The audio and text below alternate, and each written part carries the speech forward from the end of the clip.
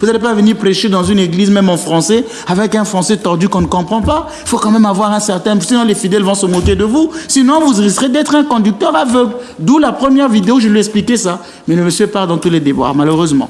Mais en réalité, est-ce que ce monsieur est venu ici pour vraiment faire un débat avec vous sur la théologie, sur un certain nombre de choses, où il avait plutôt derrière la tête l'envie de faire du buzz et d'avoir encore plus de personnes qui vont le regarder? C'était plus ça. C'est pourquoi j'ai dit, on a lu... Parce que vu la manière dont il voit ça, il a dit certaines choses sur vous, ça paraissait quand même assez difficile de comprendre que dans un débat, des gens normaux d'un certain niveau s'injurient ou des choses de ce genre. Donc, oui, comme vous verrez dans les vidéos tout à l'heure où je disais, mais vous, votre seule stratégie, c'est d'insulter. Quand on fait un débat intellectuel, on analyse les propos de l'autre. On ne s'attaque pas à la personne.